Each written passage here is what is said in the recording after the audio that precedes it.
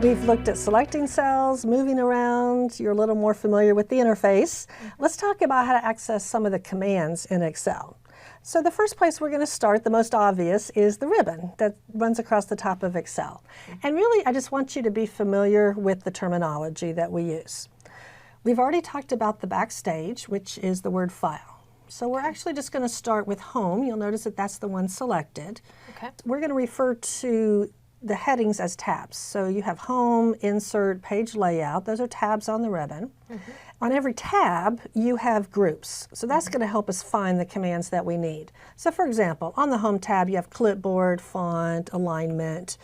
And when we talk about how to find something, we usually refer first of all to the tab, for example, home, and then we might say the alignment group. And then in there, you would find the commands that you need.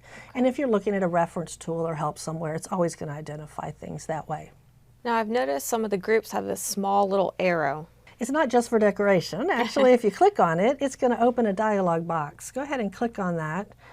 And in this case, it opens what we call Format Cells, and it goes straight to the Font tab. So it's going to be a relevant dialog box to that group. And we'll look at this dialog box later. Let's just actually close it. There's three ways. X, cancel, which you just used, or my favorite key in Excel, you can always hit Escape. Exactly. Now there's a lot of pictures on the ribbon, so it takes a while to get used to what's there and what it does. But the great thing is if you just hold your mouse over any of those, it is going to give you a screen tip to tell you what it is and what it does. So just point to any of the commands that you see. That's very helpful, especially if you can't memorize what everything means, so there you go. Exactly. And if there happens to be a keyboard shortcut associated with it, it'll put it in that little screen tip as well. Wow, that's really helpful. Let's just take a quick look at the Quick Access Toolbar. We mentioned this briefly earlier, but in the upper left-hand corner, you'll see the Save icon, which we definitely want to make sure that we save. It's that old picture of a floppy disk. Most people don't recognize that anymore, but that's what it is. And again, you'll notice that it has Control S, which happens to be the keyboard shortcut for save. There's a grayed out button beside that, which is your undo button to the right. And of course, we haven't done anything, so there's nothing to undo. And then there's a redo button if you move on down to the right. After that grayed out redo button, you'll see a little down arrow. Why don't you go ahead and click on that? Good. Oh wow, there's a lot of things that I would use. And so what you can do is if you just click on it, for example, click on the word open, and you'll see that it adds the open icon to the Quick Access Toolbar. So now that's a quick way to open another file. So you can customize that Quick Access Toolbar, put whatever buttons on there you want, or of course take off ones that you don't want anymore. One more thing with the ribbon and the Quick Access Toolbar. Some people like to use the keyboard, as we've talked about. So I want you to just hit the Alt button on the keyboard. Whoa, what just happened? You'll see a lot of letters and numbers, won't you? So for example, if I wanted to go to the Page Layout tab without having to click on Page Layout, you'll notice that there's a P there in black. So I would hit the Alt key, which we just did, and then you would just hit P, and notice it opens the Page Layout tab. And now you'll see that every command on there has a letter or letter combination.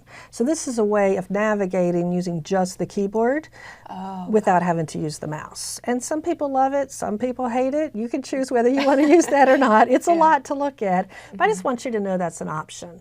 And what I find that people will do is often just learn a few of these that they use a lot, and then they can just hit Alt, the letter combinations, and it'll perform the command.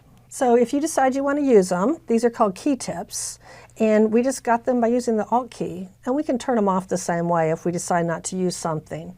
So we're just going to hit Alt again, and you notice that they disappear. So now if we wanted to go back to the Home tab, just using the keyboard, we would do Alt, we could do H, and then I could pick something or not, or we could just hit Alt, so those would disappear. You mentioned a few minutes ago that there are so many commands on the ribbon, and there really are. It takes a long time to learn these all. So what we're going to do is we're going to go up and click where it says Search. So go ahead and click on the word Search there after the Help. Now you could search all sorts of things, but what we do is we just start typing in. Let's look at some commands, something we might want to do.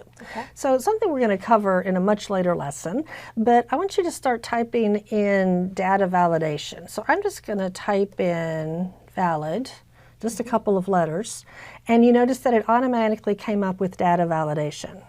And then if you just hover over that, you'll notice there's a secondary menu that pops out. And that's going to give you multiple options. These are the exact same options that would be on the ribbon. So maybe you know that data validation is something you want to do, but you have no idea which tab on the ribbon to look for or what it looks like. Now this is not help. It's not telling you what to do or where to go or how it works. You just do it from here. Oh, wow. So if you're ready to do data validation, you would just click on it and it's going to open the dialog box. So what you're saying is if there's anything that I need to do in Excel, I can just type it here in this search box and it'll pop up. Even if it's just a few letters, it'll just find it just like that. Exactly. It's going to search through all the commands. You just pick what you want to do and you do it from here. Now, I'm not recommending that you don't learn where anything is on the ribbons, but I am saying that it's a lot faster than looking for something on one of the tabs. So if you're not sure if it's on insert or data or formulas, you could type it in here and then actually perform the command this way. Okay. Why don't we just hit escape to get rid of that? And then one other way that we can access some commands, just point to any cell and right-click with your mouse. Okay. Oh. Now, two things actually popped up. One is the right-click shortcut menu. We often will call that a context menu because it's going to change depending on where you are and what you're doing. So we have quite an extensive menu that starts with cut and ends with Format Painter. But you'll notice above that, there's also what we call a mini toolbar. And that's going to have a lot of the formatting options and a few other things as well that you just might want to do with those cells. Okay. So anytime you right-click, you're going to get both of those, and you can just pick any of the commands that you want.